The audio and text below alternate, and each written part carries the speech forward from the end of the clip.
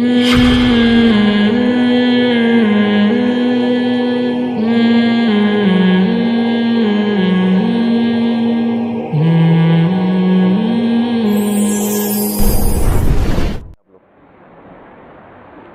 آج ہم پڑھیں گے سورہ قدر، انا انزلناہ فی لیلۃ القدر. ٹھیک ہے، اس کو ہم پہلے ترجمہ گرامر کے لحاظ سے حل کریں گے، اس کے بعد پھر اگلا مرحلہ.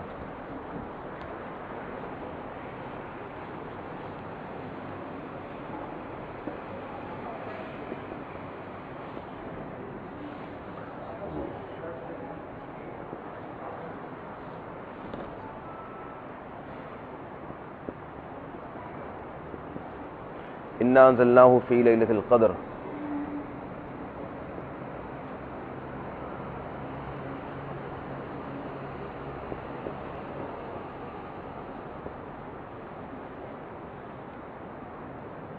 بہت آسان ہے.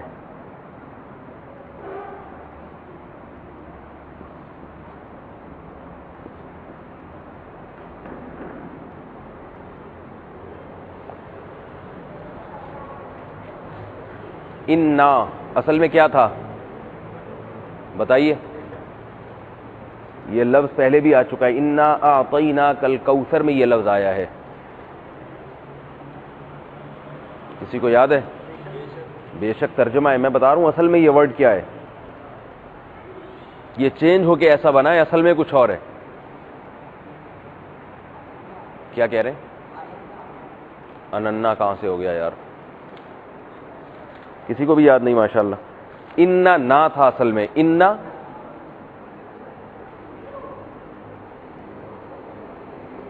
نا کا معنی ہم اور انا کا معنی بے شک. انا نا بے شک ہم، بے شک ہم نے. تو اس کو ملا کے پڑھتے ہیں انا. ٹھیک ہے، انا انزلنا.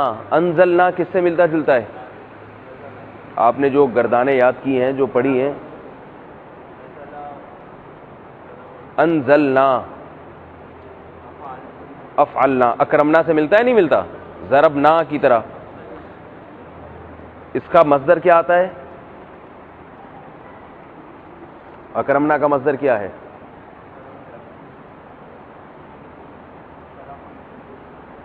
بالکل فارغ ہو گئے ماشاءاللہ ہر چیز سے.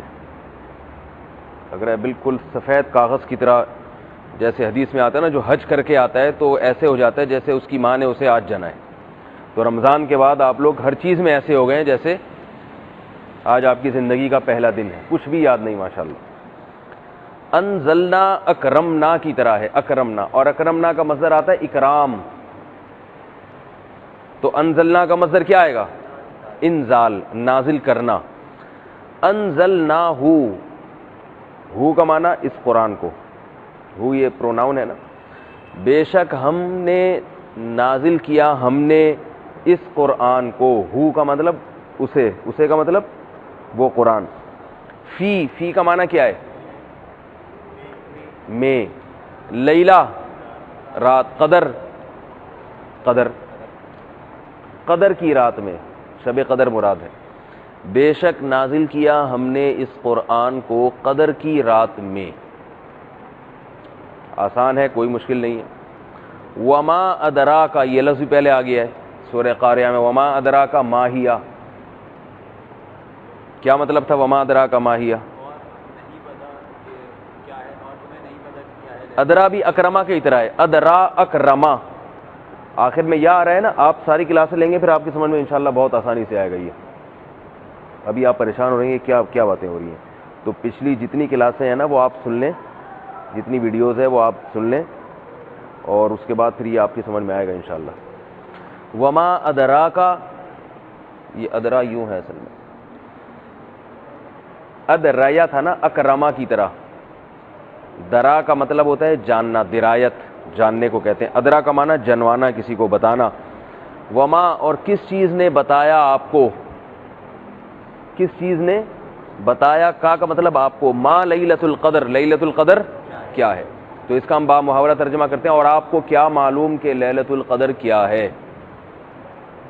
بھائی ہم جب کسی کو تعجب دلاتے ہیں نا تمہیں کیا پتا کہ وہ کیا چیز ہے, کہتے ہیں تمہیں بہت بڑی چیز ہے وہ, تمہیں کیا پتا. تو مطلب یہاں خبر دینا ہے کہ لیلۃ القدر بہت بڑی چیز ہے. اب بتایا جا رہا ہے کہ کتنی بڑی چیز ہے. لیلۃ القدری, قدر کی جو رات ہے, خیرن بہتر ہے, من الف شہر, الف کہتے ہیں ہزار کو, شہر مہینے کو کہتے ہیں عربی میں, محرم صفر ربیع سارے مہینے ہیں نا, من الف شہر ہزار مہینوں سے بہتر ہے. لیلۃ القدر ہزار مہینوں سے بہتر ہے. اچھا, تنزل الملائکۃ,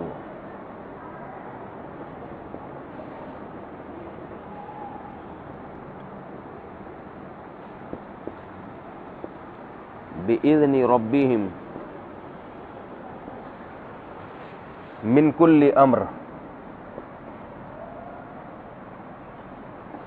تنزل صاف پتہ چل رہا ہے نزول. تنزل الملائکۃ, ملائکہ ملک کی جمع ہے. ملائکہ کس کی جمع ہے؟ ملک اور چیز ہے, ملک اور چیز ہے. کیا فرق ہے ملک اور ملک میں؟ ملک نام ہے اور ملک کیا ہے؟ پیغام ہے. کوئی بتایا بھائی ملک کسے کہتے ہیں اور ملک کسے کہتے ہیں؟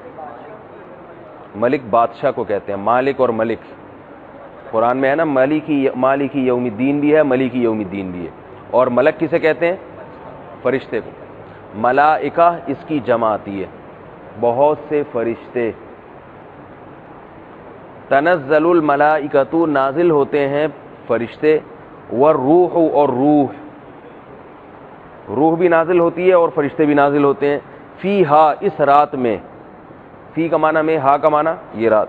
بِإِذْنِ رَبِّهِمْ, کیا مطلب ہے؟ تو آسان ہے یار, بتاؤ. اپنے رب کے اذن سے, حکم سے. کہتے ہیں نا اللہ کا جب اذن ہوگا تو موت آئے گی, جب اذن نہیں ہوگا تو, لوگ کہتے ہیں نا اذن کا لفظ تو بہت استعمال ہوتا ہے. بھائی جب اللہ کا اذن آئے گا تو سب کچھ دھرے کا دھرا رہ جائے گا, کہتے ہیں نا. آپ کیا نہیں کہتے ہوں گے؟ ہمارے یہاں تو کہتے ہیں بھائی, آپ کے یہاں کچھ اور کہتے ہوں گے. پھر بِإِذْنِ رَبِّهِمْ, اپنے رب کے حکم سے نازل ہوتے ہیں اس میں فرشتے اور روح. من کل امرن, امر معاملے کو کہتے ہیں, ہر قسم کے معاملے کو لے کر, ہر قسم کے معاملے کی وجہ سے. یعنی امر, جتنے بھی امر ہیں اللہ کے آرڈر ہیں یا اللہ کے کام ہیں جو اس زمین کے بارے میں اللہ نے فیصلے کیے ہوئے ہیں کہ کون مرے گا, کون جیے گا, کس کے کاروبار میں برکت ہوگی, کس کے کاروبار میں نقصان ہوگا, اور کون تفسیر کی کلاسز میں باقاعدگی سے شرکت کرے گا, کون ناغے کرے گا. ٹھیک ہے نا, یہ ساری معاملات لے کر فرشتے نازل ہوتے ہیں. اس رات میں, لیلۃ القدر کی جو رات ہے, اس میں فرشتے یہ سارے کام تقسیم کر دیے جاتے ہیں فرشتوں کو. یہ فائلیں لے کر زمین پہ آتے ہیں اور فیصلہ فرشتوں کو بتا دیا جاتا ہے کہ کیا کرنا ہے کیا نہیں کرنا. آپ پورے رات کی ان کے پاس, پورے سال کی ان کے پاس رپورٹ ہوتی ہے. اللہ تعالیٰ ان کو دے دیتے ہیں کہ بھائی اس سال فلاں تاریخ کو فلاں دن ستار بھائی کا نمبر ہے, اور اس سے اگلے دن غفار بھائی کا نمبر ہے, اس سے اگلے دن وسیم کباڑیے والے کا, اس سے اگلے دن فلاں وزیر اعظم کا. تو سارا جو ہے نا حساب کتاب فرشتوں کے حوالے کر دیا. انسان کاروبار میں مشغول ہوتا ہے اور بیوی بچوں میں مشغول ہے, کوئی شادی بیاہ میں مشغول ہے, کوئی چوتھی شادی کر رہا ہے, کوئی تیسری شادی کر رہا ہے. اس کو پتہ نہیں ہوتا کہ اس کا نام لسٹ میں آ چکا, اور یہ بھی ہو سکتا ہے کہ نہ آیا ہو لسٹ میں, اس کا بھی امکان ہے. ضروری نہیں کہ جو چوتھی کر رہا ہے اس کو آپ مارنے ہی کے چکر میں ہو. یہ بھی ہو سکتا ہے کہ اس کا نام نہ ہو, یہ بھی ہو سکتا ہے کہ ہو, اور یہ بھی ہو سکتا ہے کہ آپ کا ہو اس کا نہ ہو.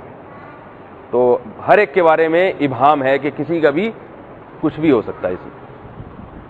اچھا بھائی, فرشتے نازل ہوتے ہیں روح اس رات میں. بِإِذْنِ رَبِّهِمْ مِنْ كُلِّ أَمْرٍ. سلام, وہ ذرا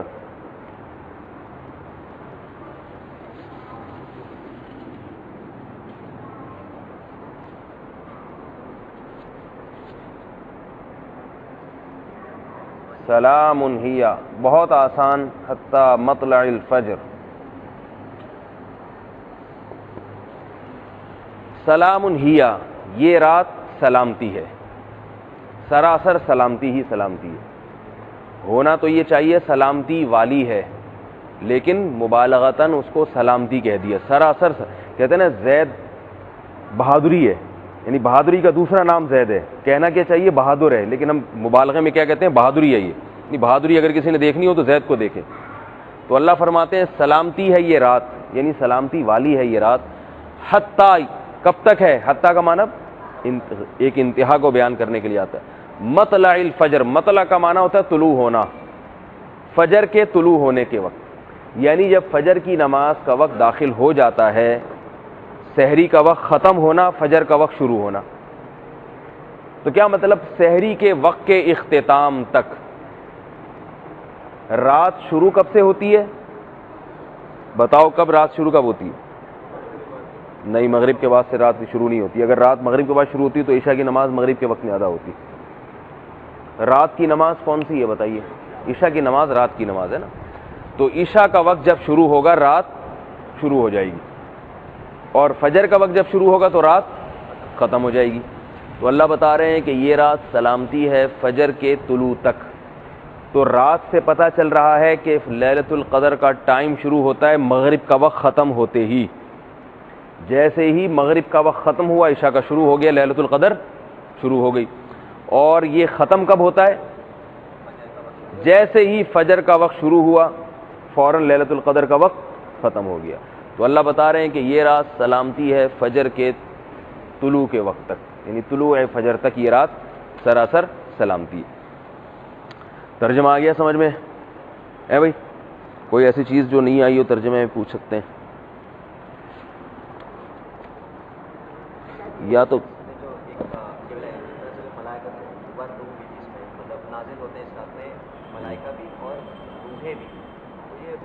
ہاں یہ بھی میں تفصیل بتاتا ہوں روح سے کیا مراد ہے. اور کوئی سوال ہو ترجمہ میں کسی کا ہے بھائی؟ روحیں نازل ہوتی ہیں نا، وہ لوگ کہتے ہیں نا جمعرات کو روحیں آتی ہیں ابا کی اور اماں کی. حدیث میں اس کا ایک شان نزول ہے جو عام طور پہ بیان کیا جاتا ہے کہ پچھلی امتوں میں کسی شخص نے 1000 سال عبادت کی، 1000 مہینے عبادت کی. صحابہ نے پوچھا یا رسول اللہ ہم تو اتنی عبادت نہیں کر سکتے، ہماری عمریں اتنی نہیں ہوتی. تو پھر یہ قرآن مجید کی یہ آیت نازل ہوئی. لیکن یہ حدیث بہت زیادہ ضعیف ہے، موضوع ہونے کے قریب ہے. حضرت مجاہد جو حضرت عبداللہ ابن عباس رضی اللہ تعالی عنہ کے شاگرد ہیں، وہ فرماتے ہیں کہ پچھلی امتوں میں ایک شخص نے 1000 سال 1000 مہینے اللہ کی راہ میں جہاد کیا. 1000 مہینے 80 سال بنتے ہیں. 80 سال وہ مسلسل اللہ کی راہ میں جہاد کرتا رہا ہے. یہ حدیث موقوف ہے، مرفوع نہیں ہے. مرفوع اس حدیث کو کہتے ہیں جس میں نسبت رسول اللہ صلی اللہ علیہ وسلم کی طرف کی جائے کہ نبی نے یہ فرمایا. اور موقوف اس حدیث کو کہتے ہیں جس میں صحابی یا تابعی کے قول کو نقل کیا جاتا ہے. یہ یاد رہے گا. حدیث مرفوع وہ حدیث جس میں نبی کے قول کو نقل کیا جائے، اور حدیث موقوف وہ جس میں صحابی یا تابعی کے قول کو نقل کیا جائے. بھائی یہ اگلے لیکچر میں نا اسپیکر لگا دینا، میرا گلا بہت بیٹھا ہوا ہے اور آواز نہیں نکل رہی مجھ سے. صحیح ہے؟ ابھی تو چلیں جو ہو گیا، اگرچہ آپ لوگ سامنے ہی بیٹھے ہیں لیکن پھر بھی مشکل ہو رہی ہے بولنے میں. تو حدیث مرفوع نبی صلی اللہ علیہ وسلم کا قول، اور حدیث موقوف صحابی یا تابعی کا قول. تو حضرت مجاہد ہیں تابعی اور بہت بڑے شاگرد ہیں حضرت عبداللہ ابن عباس رضی اللہ تعالیٰ عنہ کے. حضرت عبداللہ ابن عباس بہت بڑے مفسر تھے قرآن کے. تفاسیر میں آپ کے اقوال کو بہت زیادہ لیا جاتا ہے. تو ان کے شاگرد ہیں حضرت مجاہد. وہ نقل کرتے ہیں، وہ فرماتے ہیں. ظاہر ہے جب وہ فرما رہے ہیں تو کوئی کہیں سے انہوں نے سنا ہوگا، ایسے تو نہیں کہہ سکتے وہ بھئی وہاں جا کے کھیلو چلو، تو وہ ایسے تو نہیں کہہ سکتے. تو ان کا قول ہے کہ پچھلی امتوں میں کسی نے 80 سال اللہ کے راہ میں جہاد کیا. تو صحابہ کرام کو بہت تعجب ہوا کہ ہم تو اتنی عبادت نہیں کر سکتے، اتنا اللہ کے لیے اپنے آپ کو، ہماری عمریں اتنی نہیں ہیں. اس پر یہ آیت نازل ہوئی کہ اللہ تعالیٰ نے لیلۃ القدر ایک ایسی رات دی ہے مسلمانوں کو کہ اس میں ایک رات کی عبادت، خواہ وہ جہاد کی شکل میں ہو، خواہ وہ تبلیغ کی صورت میں ہو، خواہ وہ نفلی عبادت یا دعاؤں کی صورت میں ہو، یہ رات 1000 مہینوں سے بہتر ہے۔ علماء نے ایک عجیب بات کی ہے کہ اللہ نے یہ نہیں بتایا کتنی بہتر ہے، اللہ تعالیٰ نے یہ نہیں بتایا۔ ممکن ہے 1000 مہینوں سے 1000 گنا بہتر ہو، ممکن ہے 1,00,000 گنا بہتر ہو، ممکن ہے 10 لاکھ گنا بہتر ہو۔ یہ اس لیے نہیں بتایا کہ ہر ایک کے حق میں لیلۃ القدر کی فضیلت مختلف ہے۔ قدردان کے لیے بہت زیادہ فضیلت، ناقدروں کے لیے تھوڑی کم فضیلت۔ تو اس لیے اللہ تعالیٰ نے کوئی لگی بندی حد نہیں بیان کی، بلکہ صرف اتنا بیان کر دیا کہ لیلۃ القدر 1000 مہینوں سے بہتر ہے۔ کتنی بہتر ہے یہ تم اپنے عمل سے ثابت کر دو، تم میں کتنا اخلاص ہے، تم کتنی عبادت کرتے ہو۔ جو پوری رات عبادت کرے گا اس کے لیے بہت زیادہ بہتر ہے۔ پھر عبادت میں کتنا خشوع و خضوع ہے، کتنا اخلاص ہے، ان تمام چیزوں کا اثر پڑتا ہے۔ تو وما ادراک ما لیلۃ القدر، تمہیں کیا معلوم کہ لیلۃ القدر کیا ہے؟ یہ بھی اس لیے بتایا گیا تاکہ اس کی اہمیت اور زیادہ بڑھ جائے، اللہ تعالیٰ اس کی شان بیان کریں، تمہیں کیا خبر، یہ بہت بڑی چیز ہے۔ لیلۃ القدر خیر من 1000 شہر، 1000 مہینوں سے بہتر ہے۔ تنزل الملائکۃ، اب اس کے بہتر ہونے کی وجہ بیان کی جا رہی ہے کہ اس رات میں فرشتے نازل ہوتے ہیں اور روح یعنی جبریل علیہ الصلوۃ والسلام۔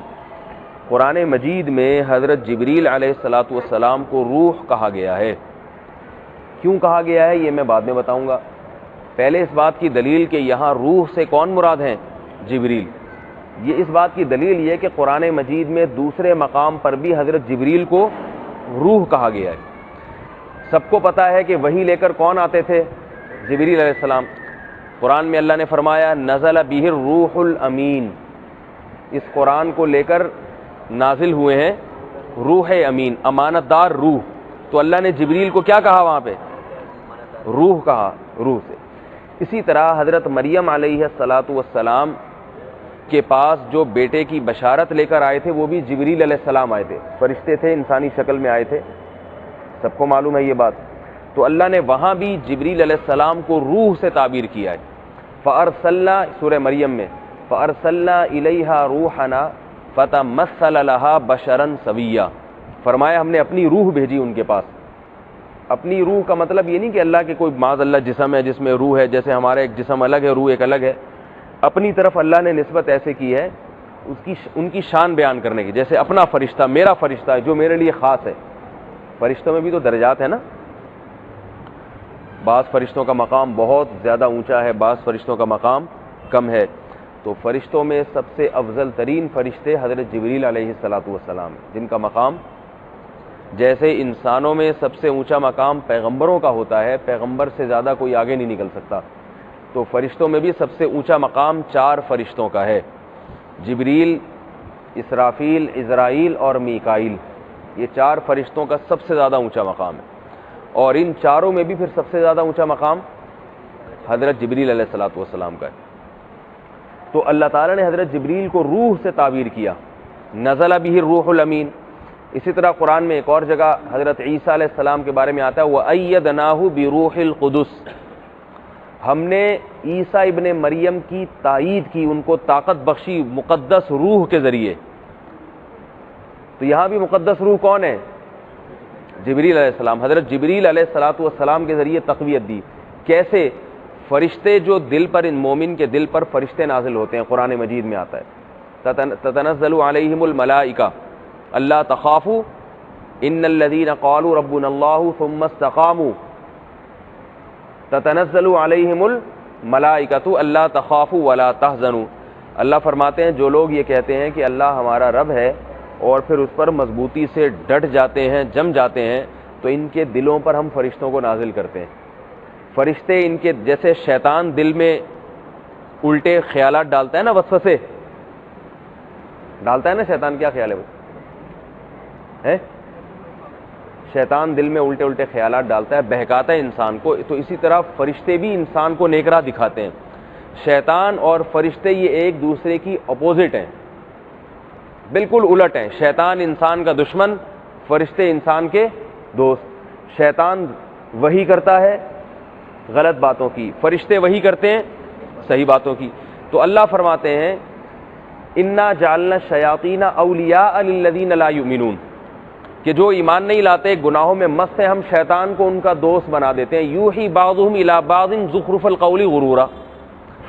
تو یہ کیا ہوتا ہے؟ شیطان ان کو الٹی الٹی باتیں سکھاتا رہتا ہے، غلط غلط باتیں، امیدیں دلاتا رہتا ہے. یہ ابھی تو بہت لمبی عمر پڑی ہے، اور ابھی تو یہ ہوگا، ابھی تو یہ ہوگا. تو یہ ساری الٹی الٹی باتیں کون سکھاتا ہے؟ شیطان. کس کو سکھاتا ہے؟ جو آخرت پر ایمان نہیں رکھتے، اعمال میں سستی اختیار کرتے ہیں. اور دوسری جگہ پر آتا ہے کہ جو اعمال میں مضبوطی اختیار کرتے ہیں، ربنا اللہ کہہ دیا انہوں نے، ثم استقاموا، ڈٹ گئے، یہ کام تو انہوں نے کیا، آگے ان کی مدد پھر اللہ کس کے ذریعے کرتے ہیں؟ فرشتوں کے ذریعے. کچھ تم نے کر لیا، کچھ کون کرے گا؟ فرشتے کریں گے، تمہاری مدد کریں گے. کیسے؟ اللہ تخافوا، تمہارے دل میں یہ خیال ڈالیں گے کہ بھائی خوف نہ کرو، غم نہ کرو، خوف نہ کرو. اللہ تخافوا ولا تحزنوا. خوف اور غم میں فرق ہے. خوف ہوتا ہے آئندہ آنے والی چیزوں کا، اور حزن اور غم ہوتا ہے پچھلی چیزوں کا. کسی کے بچے کا انتقال ہو جائے یا کوئی حادثہ ہو جائے، اسے خوف نہیں ہوگا، بلکہ کیا ہوگا؟ غم. ہائے یہ ہو گیا، ہائے یہ ہو گیا، ماضی. خوف ہوتا ہائے یہ نہ ہو جائے. خوف کسے کہتے ہیں؟ یہ نہ ہو جائے، آگے چل کے یہ نہ ہو جائے، یہ نہ ہو جائے، یہ نہ ہو جائے، یہ نہ ہو جائے، کاروبار میں نقصان نہ ہو جائے، فلاں جو ہے فلاں میرے عزیز کا انتقال نہ ہو جائے، وہ مریض کہیں مر نہ جائے، ایسا نہ اسے شفا نہ ملے. مستقبل کی چیزوں پہ کیا ہوتا ہے انسان کو؟ خوف. تو اللہ فرماتے ہیں کہ جو لوگ دین پر مضبوطی سے چلتے ہیں، ہمت کرتے ہیں. دیکھو جو دین پہ نہیں چل رہا اسے خوف بھی ہوتا ہے، غم بھی ہوتا ہے. غم ماضی کی چیزوں پر ہوتا ہے کہ یار میں یہ کر لیتا تو آج یہاں نہ بیٹھا ہوا ہوتا، میں کہاں چلا جاتا، امریکہ میں گھوم رہا ہوتا، میں یوں کر لیتا تو یوں ہو جاتا ہے، یوں کر لیتا تو یوں ہو جاتا. اس کو یہ ماضی میں جو اس کے نقصانات ہوئے ان پہ سوچ سوچ کے غمزدہ بھی ہوتا ہے، خوف بھی ہوتا ہے مستقبل کا. خوف یہ ہوتا ہے کہ پتہ نہیں یہ میرے پاس اتنا پیسہ ہے چوری نہ ہو جائے، میری صحت ہے بیمار نہ ہو جاؤں، یہ نہ ہو جائے، وہ نہ ہو جائے. اور اس کو یہ بھی ڈر ہوتا ہے کہ دیندار بن گیا اگر میں تو خاندان معاشرہ ناراض نہ ہو جائے، منگیتر سے منگنی نہ ٹوٹ جائے، داڑھی اگر میں نے رکھ لی، وغیرہ وغیرہ. یہ سارے مستقبل کے خوف ہوتے ہیں، ماضی کے غم اور مستقبل کے خوف.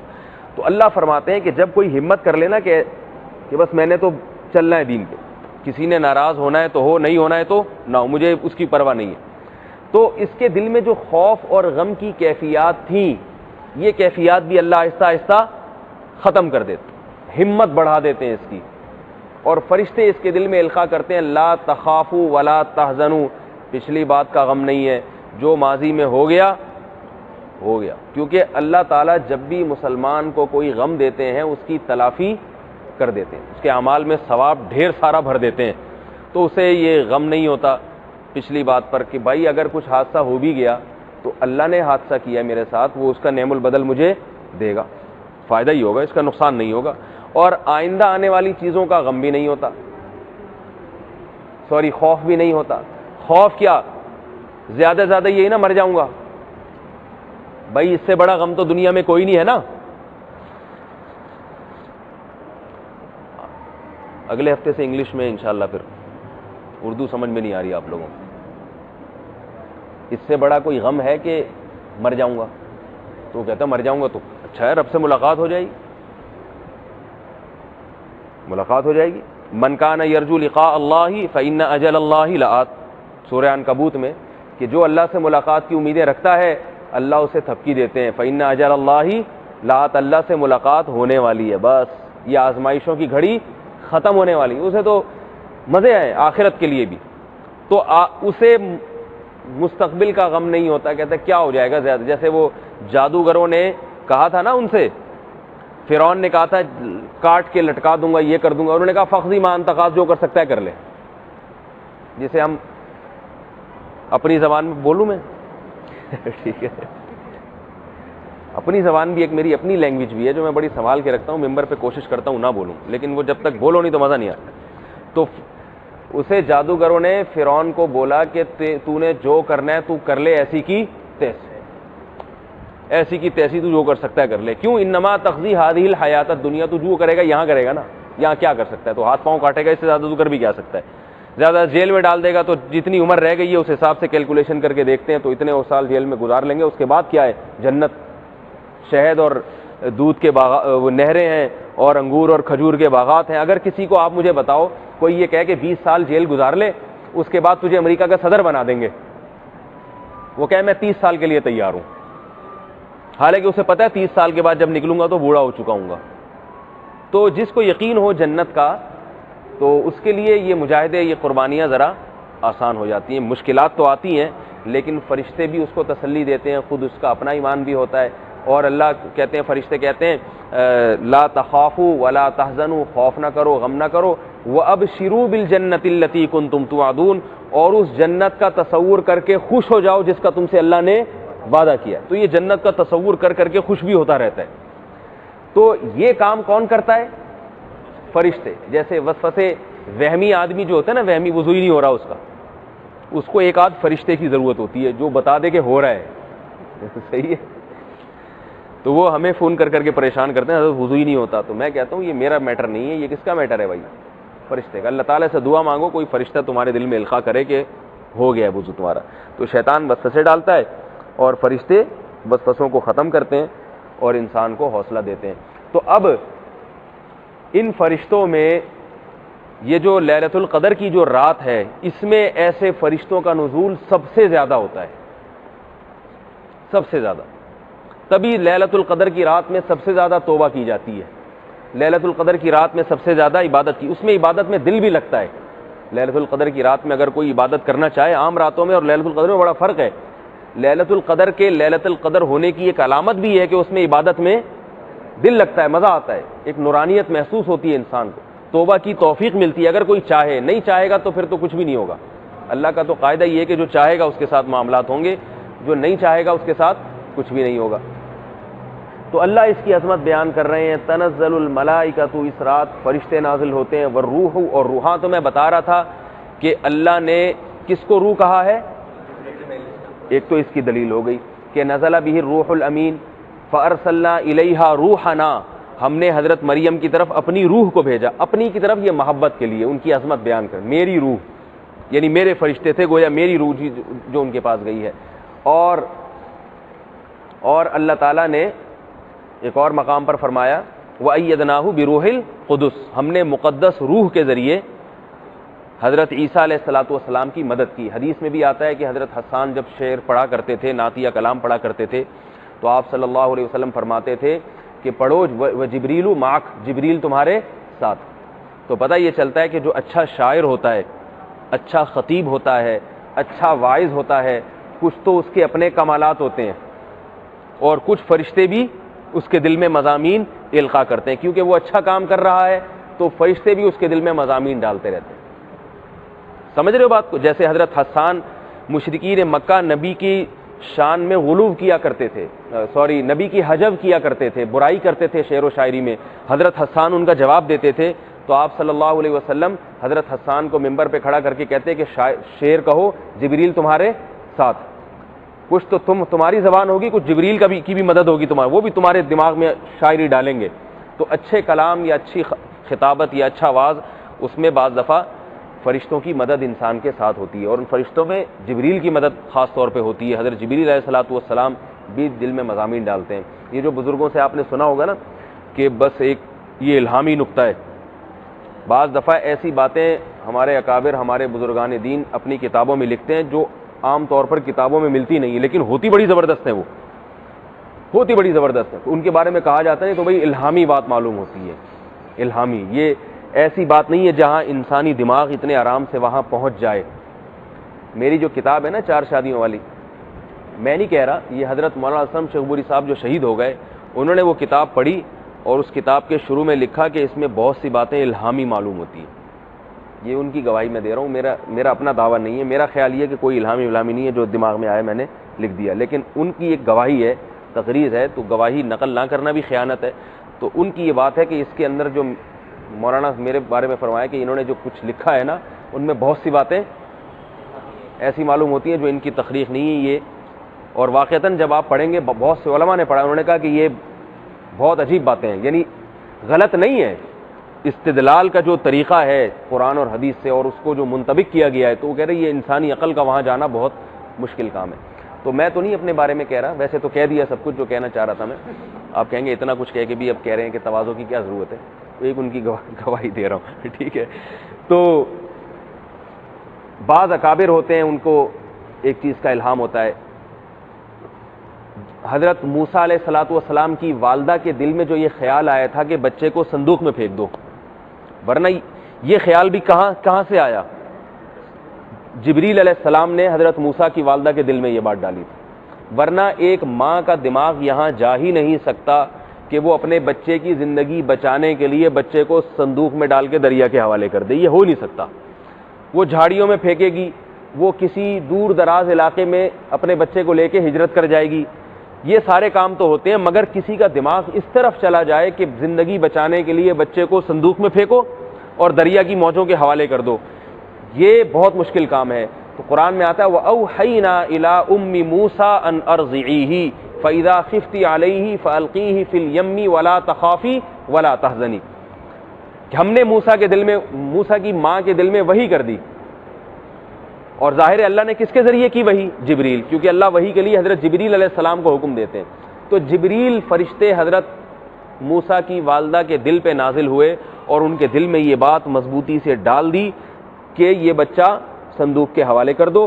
اور دوسری بات یہ ڈالی اِنَّا رَادُّوهُ إِلَيْكِ وَجَاعِلُوهُ مِنَ الْمُرْسَلِينَ، کہ ہم اس بچے کو دوبارہ آپ کی گود میں پہنچائیں گے اور اس کو ہم پیغمبر بنائیں گے.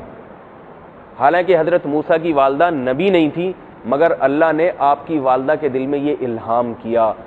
کیوں الہام کیا؟ تاکہ ان کو تسلی ہو جائے، ورنہ ماں کے دل میں یہ خیال تو آتا ہے کہ بچے کو صندوق میں ڈال دوں، لیکن اس کو یہ تحفظات ہوتے ہیں یہ بچہ تو مجھ سے گیا، تو پھر وہ صبر کا پیمانہ لبریز ہو جاتا ہے. تو اللہ فرماتے ہیں کہ ہم نے ان کے دل میں وہی ڈال دی کہ فکر نہ کرو، یہ کسی طرح سے آ جائے گا. حالانکہ کوئی اسباب نہیں تھے واپسی کے، لیکن حضرت موسیٰ کی ماں کو تسلی تھی کہ اللہ نے میرے دل میں مضبوطی سے یہ بات ڈالی ہے کہ یہ بچہ مجھے واپس ملے گا. تو اس کو الہام کہتے ہیں.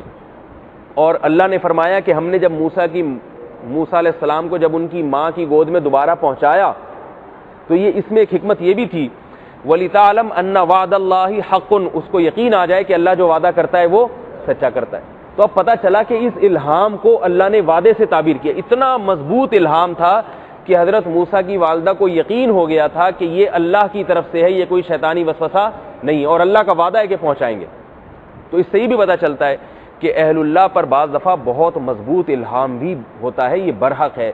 ہمارے ہاں بعض اہل حدیث حضرات غلو کرتے ہیں توحید کے معاملے میں اور الہام کے وجود ہی کا انکار کر دیتے ہیں.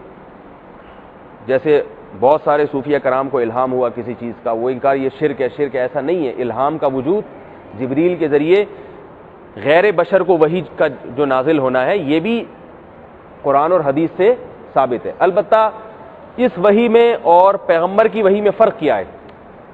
فرق یہ ہے کہ یہ وحی ظنی ہوتی ہے، 100% یقینی نہیں ہوتی. سمجھ رہے ہو بات کو؟ اور پیغمبر کی وحی 100% یقینی.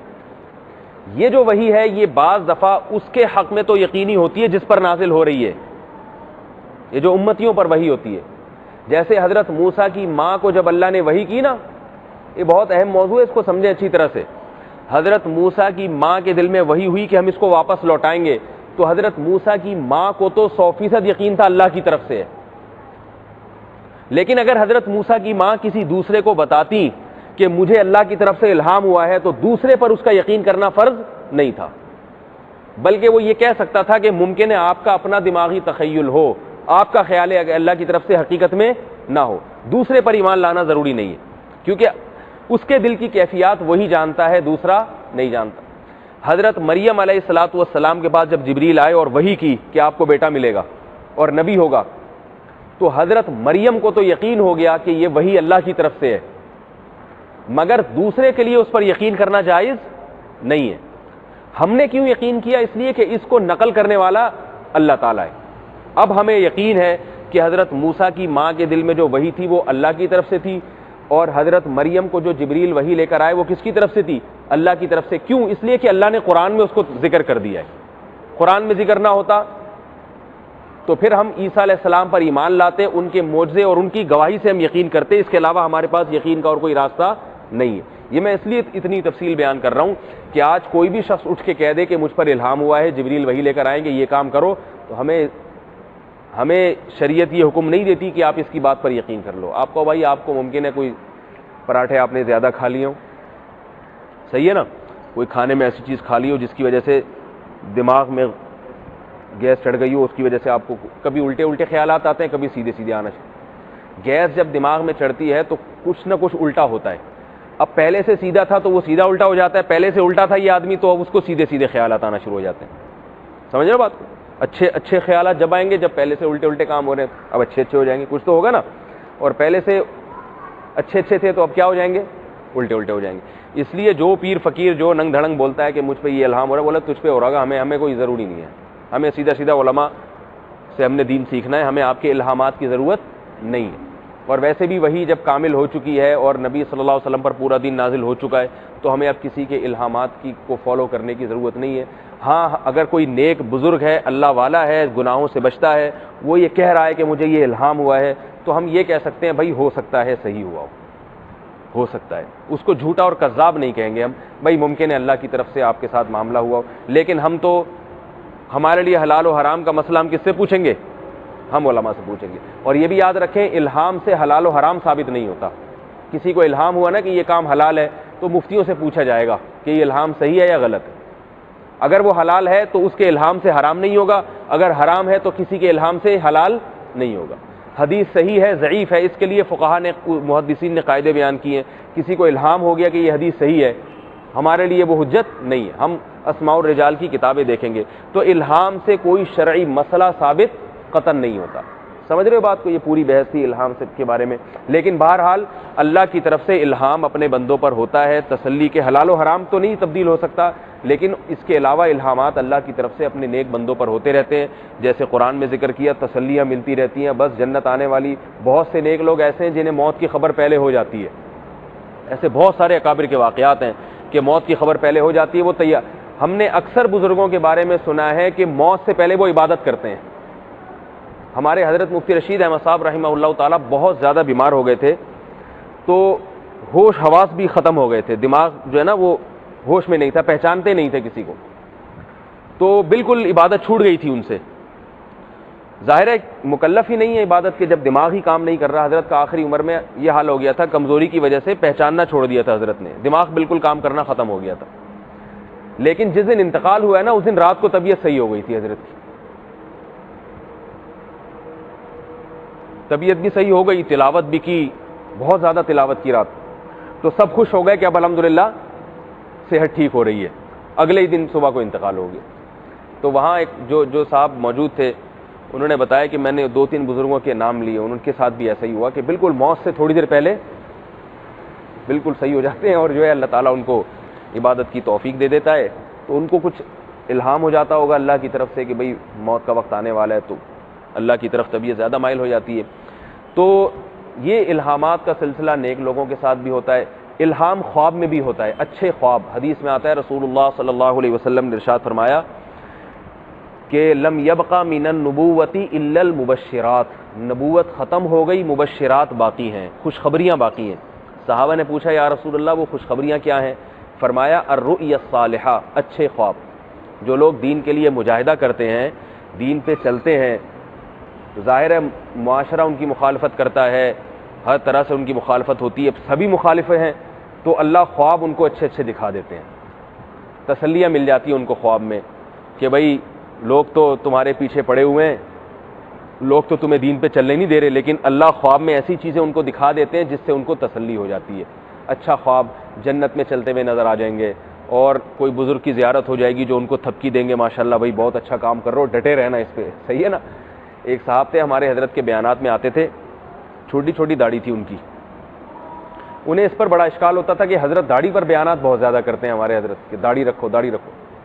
وہ رکھتے نہیں تھے. تو ڈاکٹر تھے، میرے سے ان کا تعلق تھا، میرا ان سے نہیں، ان کا مجھ سے تعلق. ڈاکٹر سے کسی کا تعلق ہونا تو اچھی بات نہیں ہے نا، اس کا مطلب وہ مریض ہے. تو ان کا مجھ سے بڑا گہرا تعلق تھا. ایک دن کیا ہوا، انہوں نے بتایا کہ میں نے داڑھی رکھ لی ہے. میں نے کہا کیسے بھائی؟ کہہ رہے مجھے رات رسول اللہ صلی اللہ علیہ وسلم خواب میں آئے، انہوں نے کہا کہ داڑھی رکھو. بس میں نے کہا اب تو حجت تام ہو گئی، خواب میں خود نبی نے آ کے کہہ دیا ہے۔ تو اب کیا ہے کہ باقی اعمال اچھے ہیں، ایک برائی رہ گئی۔ علماء سے محبت بہت کرتے تھے، اور اس لیے محبت کرتے تھے، کہتے تھے میرے والد صاحب جب میں چھوٹا تھا نا مجھے علماء کی مجالس میں لے کے جاتے تھے صرف زیارت کرنے کے لیے بزرگوں کی، علماء کی، تو اس کی وجہ سے میرے دل میں علماء کی محبت پیدا ہو گئی، تو ہمارے حضرت کی بھی صرف زیارت کرنے آتے تھے۔ تو یہ محبت اور یہ بہت ساری چیزیں اچھی اچھی، غربا کا علاج فری میں کیا کرتے تھے، وہ دیکھتے تھے نا کہ یہ آدمی ذرا غریب ہے تو پیسے نہیں لیتے تھے اس سے، حالانکہ ENT اسپیشلسٹ تھے، وہ بہت بھاری بھرکم فیس تھی، لیکن علماء سے، طلبہ سے، مدارس کے اور غربا مساکین سے فیس نہیں لیتے تھے۔ تو اچھے اچھے اعمال تھے، ایک برائی رہ گئی نا، ایک برائی رہ گئی، وہ نہیں چھوٹ رہی۔ تو وہی بات ہے کہ کچھ آپ کر لیں، کچھ کیا کروا دیتا ہے؟ اللہ تعالیٰ خود کروا دیتا ہے۔ خواب میں آ کے نبی صلی اللہ علیہ وسلم کی زیارت ہوئی تو ہمارے حضرت کو انہوں نے فرمایا، میں نے بتایا حضرت انہوں نے داڑھی رکھ لی ہے اور بتایا کہ مجھے نبی خواب میں آئے۔ حضرت حیران ہوئے، فرمایا کہ جاگتی حالت میں جو نبی نے داڑھی کی تلقین کی ہے وہ تو آپ کی سمجھ میں آئی نہیں، صحیح ہے نا، جو حدیثوں میں، چلو خواب میں ہی سمجھ میں آ گئی آپ، یعنی خواب پر زیادہ یقین ہے، اور جو اللہ کے نبی کی حدیث کی کتابیں ہمارے ساتھ موجود ہیں ان کو پر یقین نہیں، لیکن بہرحال اللہ کی مدد ہوئی ان کے ساتھ۔ تو اس طرح سے الہام ہو جاتے ہیں، لیکن ان الہامات سے انسان کو اترانا نہیں چاہیے اپنے اعمال۔ بعض دفعہ اچھا خواب آ جاتا ہے اور انسان اپنی برے اعمال بھول جاتا ہے، الٹے الٹے کام کر رہا ہے لیکن خواب میں جنت میں ٹہلتا ہوا نظر آ گیا، تو اب پھر صبح اٹھ کے کہتا ہے یار میں تو اتنے الٹے کام کر کے بھی اگر جنت میں ہی جانا ہے تو 2-4 اور الٹے صحیح، جو 2-4 سیدھے ہو رہے تھے نا وہ بھی۔ تو خوابوں کی وجہ سے دھوکہ بھی ہو جاتا ہے انسان کو۔ سب سے پہلا ہے انسان کے اعمال، خواب دوسرے نمبر کی چیز ہے۔ علماء کہتے ہیں کہ اگر ایک آدمی کے اعمال 100% درست ہیں، گناہوں سے بچنے کی توفیق ملتی ہے، اور اگر کبھی گناہ ہوتا ہے تو توبہ کی توفیق مل جاتی ہے۔ اس کو خواب آیا کہ جہنم کی آگ میں جل رہا ہے، پریشان نہ ہو، کیونکہ اصل کیا ہے؟ پہلے اعمال ہیں۔ اور ایک آدمی کبیرہ گناہ میں مبتلا ہے، اسے خواب آیا کہ جنت الفردوس میں ٹہل رہا ہے، خوش فہمی میں مبتلا ہونے کی ضرورت نہیں ہے، کیونکہ کبائر پر قرآن نے وعدہ کیا ہے جہنم کی آگ کا۔ تو اس لیے پہلے اعمال کو ترجیح دی جائے، خواب دوسرے نمبر پہ۔ ہم کیا کرتے ہیں؟ خواب پہلے، اعمال بعد میں، الہام پہلے، قرآن حدیث بعد میں۔ یہ غلط ہے، یہ گمراہی ہے۔ الہام کی نفی بھی نہیں ہے، خوابوں کی بالکل نفی بھی نہیں ہے، اور خوابوں کو اتنا بڑھانا بھی نہیں ہے کہ آپ قرآن و حدیث پہ آگے خوابوں کو آگے لے آئیں۔ یہ اعتدال کا راستہ ہے الہام اور خواب کے بارے میں جو شریعت نے ہمیں بتایا۔ ٹھیک ہے، یہ وقت تھوڑا رہ گیا، میں جلدی سے اس کو مکمل کر دوں۔ میرا خیال ہے ایک مکمل ہو گیا ہے نا، تو اگلے ہو گیا، ٹائم مکمل ہو گیا ہے، بس صحیح ہے، 45 منٹ سے زیادہ نہیں ہوگا، ورنہ مجھے بھی کوئی ایسا نہ ہو الہامات ہونا شروع